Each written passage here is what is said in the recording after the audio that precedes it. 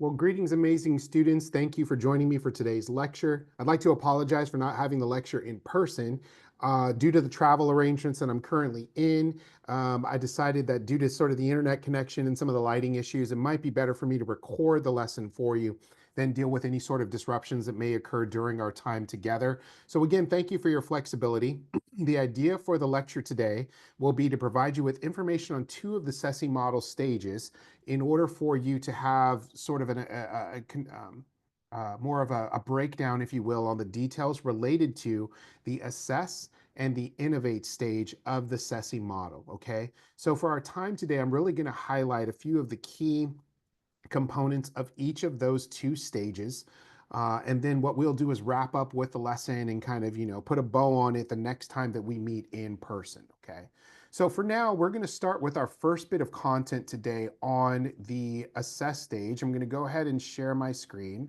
And actually, let me stop share and share again, because what I wanna do is make sure that the sound quality is good. So let me make sure. Okay, now we'll go ahead and prepare. So should be able to see the lecture now on the screen. This is going to cover, like I said, the assessment stage of the model. Okay, so a couple things to keep in mind. Congratulations, we have officially shifted over onto the left side of the model here now with assess and innovate. Those will be the two stages of the SESI model that we'll be discussing for today.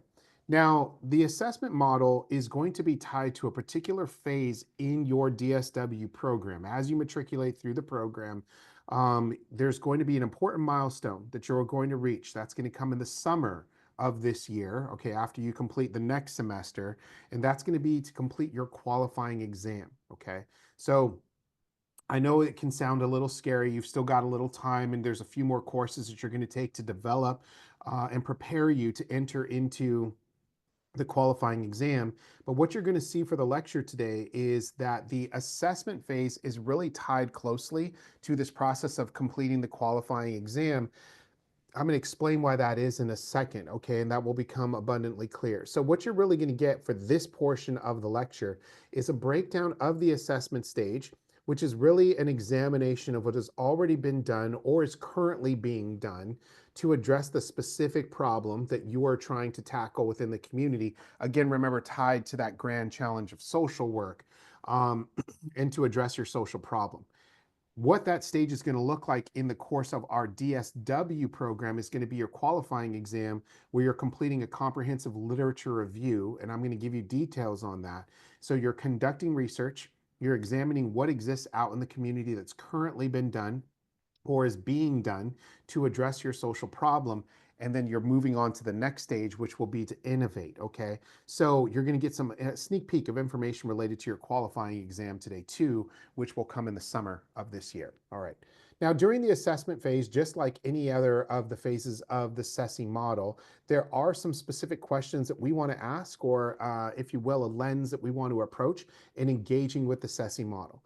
One is what we're looking for is to consider, to explore, to understand better what existing interventions, programs, and models are there to address the social problem. You want to know who the key players are in the game of, let's say, housing insecurity, poverty, food insecurity, systemic racism, child welfare, whatever the case is. And you want to know what is being done to address this social problem in particular before you go out and begin to innovate. You want to be able to determine how much literature there is on the effectiveness of these strategies. For some of your topics, they've been written on, particularly with a research lens, extensively, so you'll find no shortage in the literature. But depending on the topic and the time frame in which you're investigating, you may encounter where very limited literature is being proposed. Let's say, for example, you're interested in studying the dynamics of a particular social problem that occurred during COVID-19, right? Well, COVID-19, one, wasn't that far off from when it occurred. It's only been a few years since we have transitioned away from the lockdown model. But on top of that, that needs time for research to build a body of research examining these topics. So in that case, your topic may have a little bit of limited literature. You'll work with your faculty advisor on what to do in those cases. The other component is you want to identify researchers and scholars who are leading scholarship in this particular area. So, in each area that you're examining, there are going to be specific scholars, theologians, researchers, professors, leaders within nonprofit or for profit industry that are doing some pretty innovative work and are kind of viewed as the experts of that field. You want to get to know who those players are, maybe even reach out to them for some input, right, related to your topic. What policies currently exist or are being proposed to address the problem and support the population? We are in the midst of an election year this year. There's a lot being spoken of on policies, both at the federal and the state level, that will impact your social problems. Really important to stay attuned to current events and what is going on that's impacting your problems from a macro, your social problems from a macro perspective. Okay. You want to identify what legislators and elected officials that are playing a critical role in addressing this problem. There are individuals who will lobby and base their political platforms off of key issues related to solving housing insecurity or food insecurity or addressing systemic racism, mass incarceration, all of these other things. You want to be familiar with who those legislators are and what organizations, agencies, task groups, coalitions, etc., are addressing the social problem of this marginalized population. So the good thing, to say about, a grand challenge of social work is that in order for it to be a grand challenge, it has to be occurring on a macro level.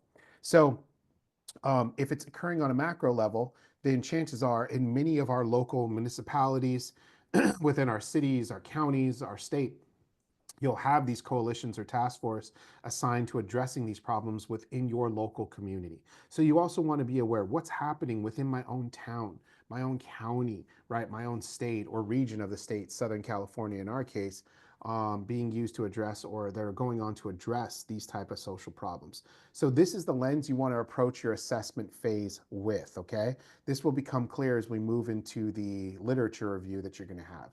Before we do that, let's go over some quick concepts, definitions, foundations that are unique to the assessment phase for us to consider. One is we want to consider that assessment goes beyond identifying a problem to doing a deep analysis of existing solutions and efforts, right? So we have moved past identify. Identify is just saying, yes, housing insecurity, poverty, whatever the case is occurring on a macro level, and this is indeed a social problem. What we're doing is we're diving down into this deeper.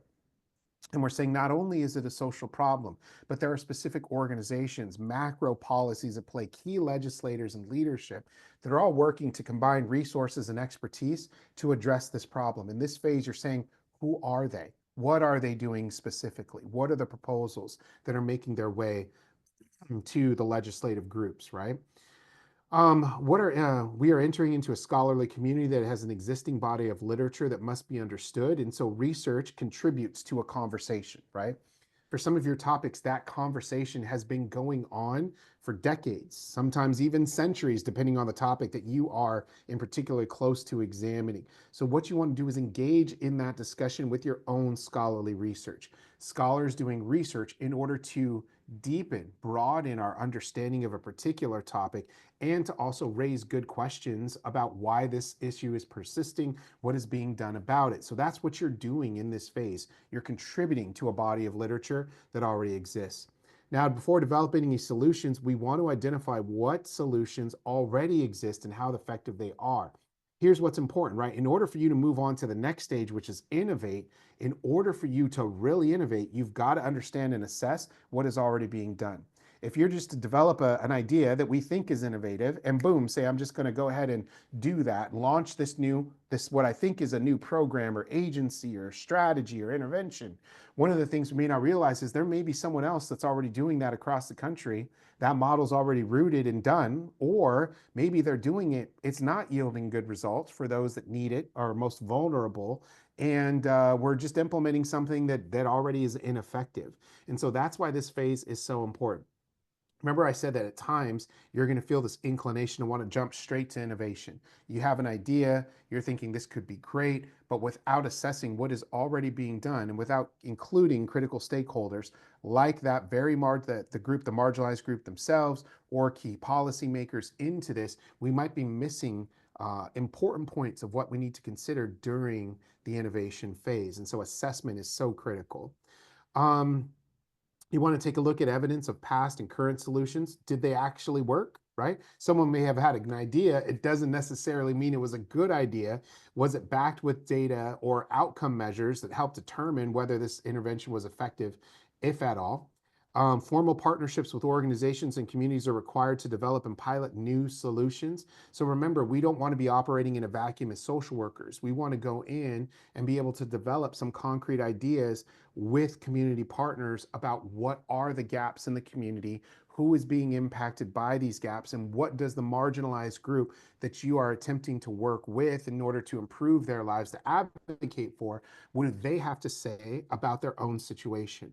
Until you've done that, right, you run the risk of, like we were referring to in the text, when helping hurts, accidentally, unintentionally hurting the very group you're trying to advocate for, unintentionally, because we haven't taken all of these steps during the assessment phase. And finally, assessment requires an exploration of the needs of a specific organized community, right? The individuals who are being impacted by your social problem, the social challenge every single day. Have we asked them what their perspective is? Have we asked them what their experiences are day to day? Do we understand what their needs are in particular? Okay. So basically what we're doing is, in order to gather our assessment findings, in order to have completed the assessment phase, there's two things that need to happen. We need to assess the community for their own needs, right? We've talked about that in previous steps of the SESI model. And we need to conduct research and gather evidence on best practices. That's going to lead you to findings in the assessment phase. This is where you're headed in the summer. This is what your qualifying exam is going to very heavily focus on. Okay, we'll have a combination of the community needs, but this is your literature review. This is what you're going to be asked to do over the course of one semester in the summer. I'm going to explain that in a second. Okay, so let's talk about this. This brings us to the qualifying exam. Dun, dun, dun. Don't be too intimidated by the process, but I do want you to take it seriously enough to know this is a critical component and milestone of the doctoral program. So just as some background, in many doctoral programs, there is some sort of qualifying exam that leads to, upon successful completion of that qualifying exam, you entering into candidacy for your doctoral degree. What that means is then you can put a little DSW-C by the end of your name, that you will be a candidate for your doctoral degree upon successful defense of your qualifying project, your comprehensive project. The assessment phase in the DSW program is going to consider you completing a literature review. Okay, at the end of your first year in the program, you're going to complete this literature review and related to your area of focus for your qualifying exam paper. So you're doing really two things. This literature review will become a paper, okay, at the end of your first year in the summer, okay? And what you're also going to do is you're going to engage in a qualifying exam defense presentation, as it says here on the screen. You are going to orally defend that research that you have conducted, that literature review. So once you've done that, once you've received a passing grade for your paper and your defense, then you do advance at that point to candidacy for your doctoral program. That is the major milestone. That's what we want to get you over in that process. In doing so, you have also completed the assessment phase of the SESI model, okay? And so in order to do that, some of you may be saying, I might have a little anxiety about that. Um, what is a literature review, you may be asking, or what type of literature review might be acceptable for this program. Don't worry, I got you. Now, you are going to be taking a research course, okay, over the next semester as well, that's going to actually have you work through some of these types of literature reviews. But I'm just going to give you a sneak peek of the three that you have a choice to engage with for the assessment stage and when it comes time for your qualifying exam. The first can be, some students choose to do a scoping review. Now, what I've done is I'm not going to read all of this information for you. I'll attach the PowerPoint so you can review it. But there are nuances, right, to each of these types of literature reviews so that you can kind of see what's going to work best with your project as you're starting to get a better idea of what you want to tackle. But students will pick one of these three. So you're not doing all three, you're picking one. Some students do a scoping review. This is a sort of a synthesis, if you will, of all of the body of research that exists around a specific topic, and then you sort of synthesize that and say, here are the critical themes that emerge from all of that after seeing what has been written in terms of the literature of your topic. You can do a systematic review, which involves this detailed, comprehensive plan, all right, around this area. It answers some key phases like what do people want that are impacted by this social problem? What is the balance and benefit or harm of a given intervention? You're examining, right, some of the outcomes of particular interventions. And then finally, there's a policy analysis. The policy analysis is really a critical and in-depth dive of existing policy and legislation or previous policy and legislation that has existed related to your topic. So some of you may be dealing with really nuanced topics that, for example, they fit into a larger social or grand challenge of social work, but there's not a whole lot written on that very specific topic or population in the literature, in the scholarly literature. In that case, what you can also do is you can shift over to a policy analysis, and the policy analysis will examine what legislation, either be that more municipal, state, federal legislation, has impacted your group across multiple systems. And so you can also conduct that. Again, I'll give you the details on these as well as from your faculty advisor, as well as the faculty that are teaching the research course when it comes time for that. But I want to share with you, this is the expectation moving forward, right? So that you're prepared to engage in that discussion in just a couple of semesters here, okay? So, what is a systemic, form of a literature review? Because if you notice, all of these have some sort of specific dive into that. So when we say that a literature review is systemic, all right, or systematic, what does that mean? Well, what it really means is you're actually following a really specific process, which will be outlined for you in your classes. We tell you how to do a systematic review that find the textual information you need, which is conducting a search. You're conducting a search in scholarly databases that you have access to through our library website and through the library itself. You're using, in these cases, academic sources, peer-reviewed, right, sources, and you're not using kind of vague media outlets or other sources that are outside of the scholarly realm. Oh, sorry, I lost our slide there. One, then what you do is you're going to take a look at the collective strengths and weaknesses of all of that information. After you reviewed multiple articles, right, and you've sat down and you've analyzed all of that, what is that collective body of literature saying about your topic? Strengths as well as weaknesses, right? You want to spot patterns that link different items of information together. We call that synthesizing that notion of that. And to summarize what the information says or does not say, right, about your target reader, the analysis. And so what you're also looking for is to identify gaps in this process, okay? And so all of that, you take all of that together, you put that into a paper, into a qualifying exam paper. You then defend that paper orally as your defense. And then upon successfully passing your defense and your paper, you move on to doctoral candidacy. Okay. Now, a systematic process of completing a literature review, it's not your average literature review that some of you maybe have been exposed to in the past. It's a little bit different. So you conduct a review using this system, which is planned from the start and clearly reported when you write up a review. You're going into a methodology, if you will, engaging in your section on your methodology of what is your research question that you're asking. What are the keywords and search parameters that you're going to be using? What are the databases that you're going to be going into to examine the literature? And you're going in with an intentionality, all right, of what it is you're looking for. And being systematic means you're less likely to introduce bias into your review, and it helps you conduct your review efficiently, right? If you go in without a plan, you're more likely to start to kind of lean towards areas that you're looking for, or what you're hoping to find in the literature. And as a researcher, we want to try to reduce as much as possible the bias that we bring into our work, and therefore it's important to be systematic in our approach. So this is what you will be doing over that period of time. Let me see here. We're going to move into a summary of this, and then I'll move into our second lecture content for today, which will be our Innovate stage.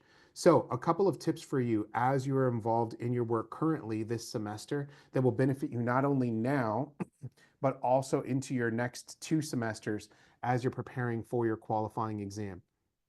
One, you want to still continue those searches in scholarly databases and search parameters here, such as the Google Library, Google Scholar, or other academic databases related to your topic. Be diving into what does the research have to say about your topic.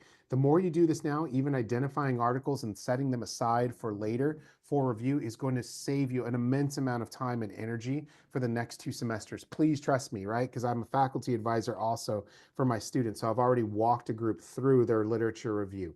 The more you can even just set aside 20, 30 minutes, even 45 minutes, right, a week to just sit there and hunt for articles and pull them to see what's relevant to your topic, it will save you time later. So just some advice there.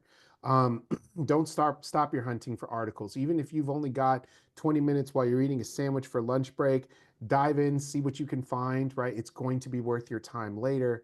And still, I don't want you to stress though, okay? Balance that with a little bit of still knowing you have time.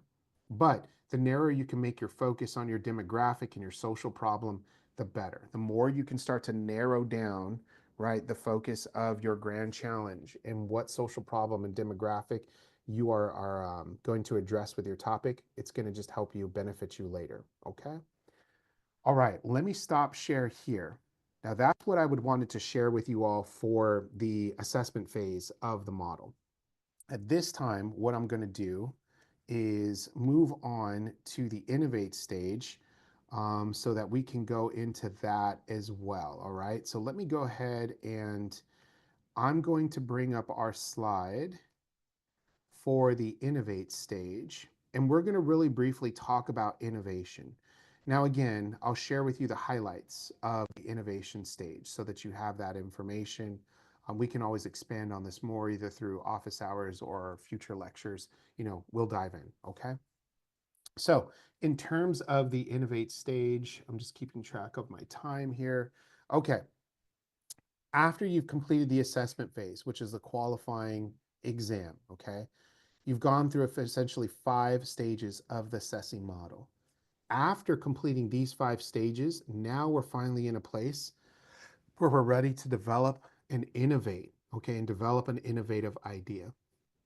If we have skipped any of these phases of the SESI model, it will harm and impact our ability to innovate in any sort of meaningful way. Either the innovation will not be sustainable, it will not be what it needs, what that group needs to advocate for themselves or to better their situations, or it will just be a replication of other strategies that have been tried in the past and have been determined to be ineffective. And so, in order for us to get to the stage, it requires patience, it requires intentionality, it requires us to engage in conversations in all of these other areas, to ask those critical questions, which finally lead us to this comprehensive understanding of the problem, the gaps and opportunities to say, here is something that I can offer, right, that's truly innovative. So, in the innovative stage, what we're really doing is examining what new products, services, programs, or processes can you develop to address the problem that meets the community's needs. That's what we're looking for. After we've read the literature, talked to our community partners, identified what breaks our heart, identified our target population, now we're finally saying, I understand the problem more than I had in the past. I understand and have heard from so many different perspectives that I feel guided in my approach. I believe there's an opportunity to do something new or different, right? That can help this particular group. I won't read through all that today, but here's the innovative questions that we're kind of thinking about, right? If you were to consider your topic, right, think about your target population, think about your marginalized population, and your grand challenge of social work that it fits in. Now, if I were to ask you to brainstorm, different innovative ideas that could address your social problem, you'd want to dwell on those for a minute and consider if I did go that route, right? If I did come up with this innovative idea, what would be some of the pros? What would be some of the good things that come forth from this? And what would be some of the cons? What would be some of the challenges, right, of developing these innovative ideas? What resources were required to develop and execute the idea? Like, what am I going to need? Think about it not only in terms of money, although that's an important resource, but think about it in terms of personnel, system involvement, time, training, right? Anything associated with that. What do I need in order to execute this vision? And then explore the feasibility and timeline for each potential innovation. So here's something important to remember about our DSW program. Your comprehensive project, okay, is not going to be a theoretical project that you say that when I graduate, excuse me, I will do this. You're actually going to need to implement, pilot that program and evaluate its effectiveness while you're in the program. Okay. So that's critical to understand. So when you're talking about a timeline, the timeline has to be realistic. If the timeline realistically in your mind is saying, I'm going to need 5 years to execute this innovative idea, that may not be the type of innovation that's going to suit you best for this program. The innovation you may need is going to need to be piloted, implemented, and evaluated, all right, within the 2 years of the program. Now, don't worry too much about that now. Your faculty advisor is going to also be working with you during your qualifying exam when you're building your paper and doing your literature review to talk to you about a timeline there. And so we'll be working with you in that process. Okay. Let's go over some definitions and foundations of the innovation stage. One is we're created to reflect on God as the innovator, right? There was nothing in our eyes as Christians, right? There was a void in the world, there was darkness that overcame it, and there was just nothing. It was absent of all things. Through God, all things came to fruition. It was innovative in nature. God provided, and he provided abundantly, okay, in this case. And one of the things that we learned was God transformed a nothingness into an everythingness. And so what we believe in this phase is really important, um, is that the first 5 stages, therefore, of our model of SESI must occur before we can innovate. Just like I've been saying before, without those first 5 stages, we're not ready to innovate. Traditional approaches to services and programming often skip the requisite steps and they jump straight to solutions. You see this a lot. So my background is in child welfare, juvenile justice areas. And what I've seen often is a lot of legislators that get excited or they get really worked up, like their heart is broken from a tragedy that occurred within a system. And they said, here's what we're going to do. And they do it for the sake of being different. They don't do it for the sake of knowing. They haven't done the research, those 5 steps, to determine if it's worth doing. They're just doing it to do it because it's different. That can actually do more harm than helping. Okay. We want to avoid that, particularly in our program as we develop y'all to move into innovation. Organized communities must be involved in the innovation. We need to not do for, but we need to do with. In fact, better is that we empower individuals to do for themselves, right? And that's what we want to be able to do. We want to work our way out of a job. We want to empower communities to be able to advocate for themselves. We step away and it's sustainable because the community has spoken into this need and invested in the interventions. Social interventions must improve a few critical things: processes, programs, interventions, policies, and or supports that address social problems. So your innovations, they have to address these issues here. Either a process that's involved with your social problem, a program that's being worked, an intervention or policy, etc. Now, it's got to be tied to a grand challenge of social work. That's why we keep using this terms over and over, right? It's got to clearly connect to a grand challenge of social work. And some of you are kind of thinking to yourselves, what could I possibly generate that's brand new, that's never been done before in my field? Like some of you may be saying to yourself, gosh, we've been tackling housing insecurity for so long. Is there anything really left that's truly innovative that hasn't been tried, right? Well, the research is going to point you in that direction. Hearing from the community is also going to give you some new ideas. But I also want to take a little bit of the pressure off you here. We're not expecting in every case for a brand new solution, though it could be, to be developed in your innovation. Sometimes what you're going to be doing is you're going to be modifying, adapting, right, or improving existing solutions. But maybe these existing solutions have existed for so long, they're now out of date. Maybe they're not really meeting the needs of the clients anymore because the dynamics have changed. Maybe it's because they're not current enough in terms of their language. The policies haven't been updated. The legislation is old, whatever the case is. And so what you're doing is you are bringing life, breathing life and innovation into an existing strategy that maybe had traction at one point and lost it along the way. So I want to share that with you to take some of the pressure off, to say you're not always going to need to generate something brand new, although if you do, that's fantastic and we encourage that. But in some cases, you're going to be tweaking existing systems in innovative ways. Okay. Um, we're going to skip here into the definitions because I do want to talk about this area here. So, really, there are different definitions of what innovation means. And in social work, we have a specific definition for what innovation really means. Innovation in our minds means new ideas, which could include products, services, and models that simultaneously meet social needs and create new social relationships or collaborations. Hear that differently, okay? Yes, it is meeting a need. It's a new thing, okay? But what it's also doing at the same time, it's meeting the needs or creating new social relationships. It's changing the way people interact with systems, the way systems interact with individuals. So it's not just about having something new, it's how that new thing creates a newness, okay? In individuals interacting with one another, seeing one another, treating one another, right?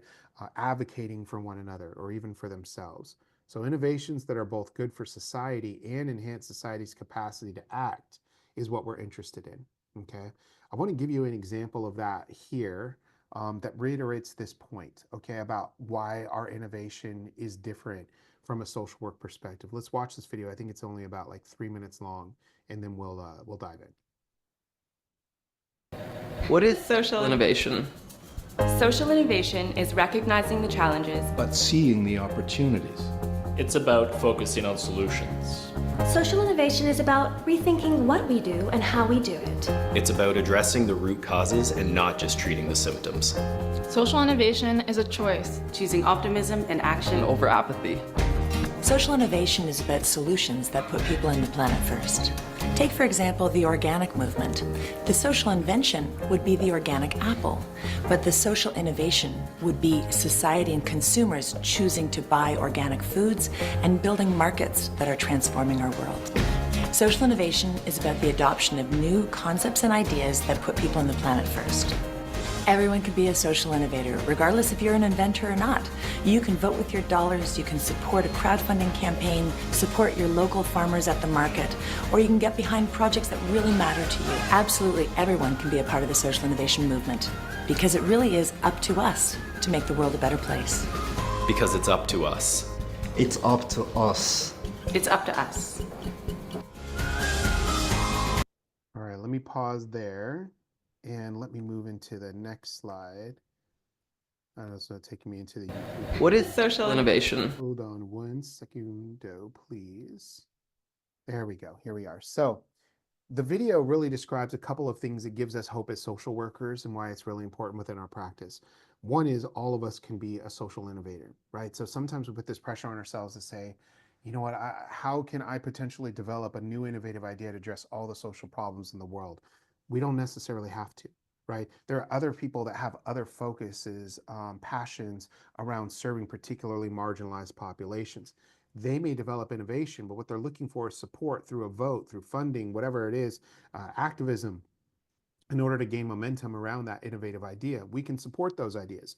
We can support the ideas of our colleagues, of our legislators, of our politicians, of our fundraisers, all of those other things.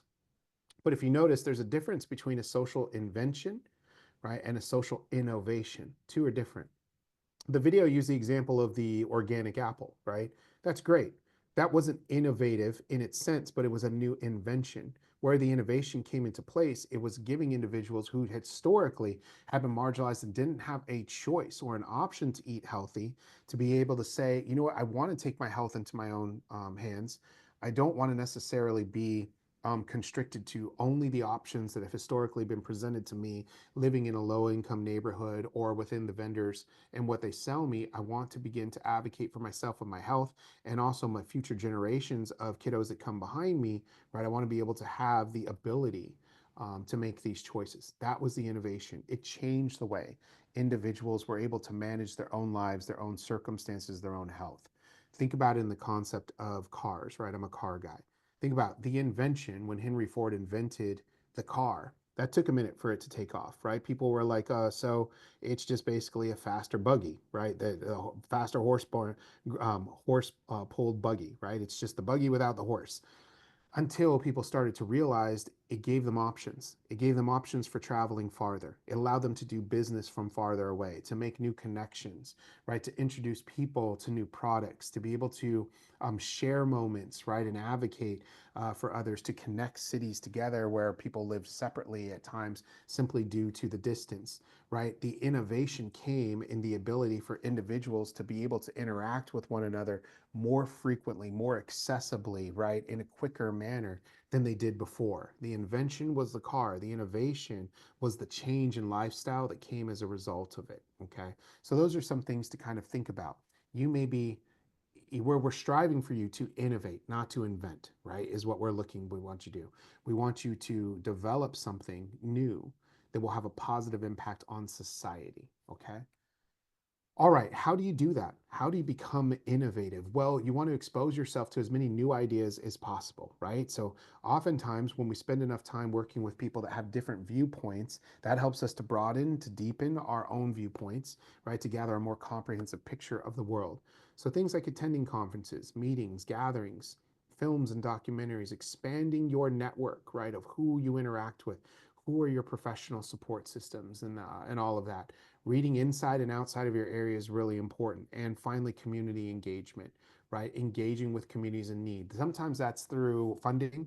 Sometimes that's through volunteerism. I can't tell you how beneficial it is to engage with community partners through volunteerism. Sometimes that's through board membership. So I sit on a few boards and you kind of get to see the background of what's working um, in the background to advocate for individuals within your community.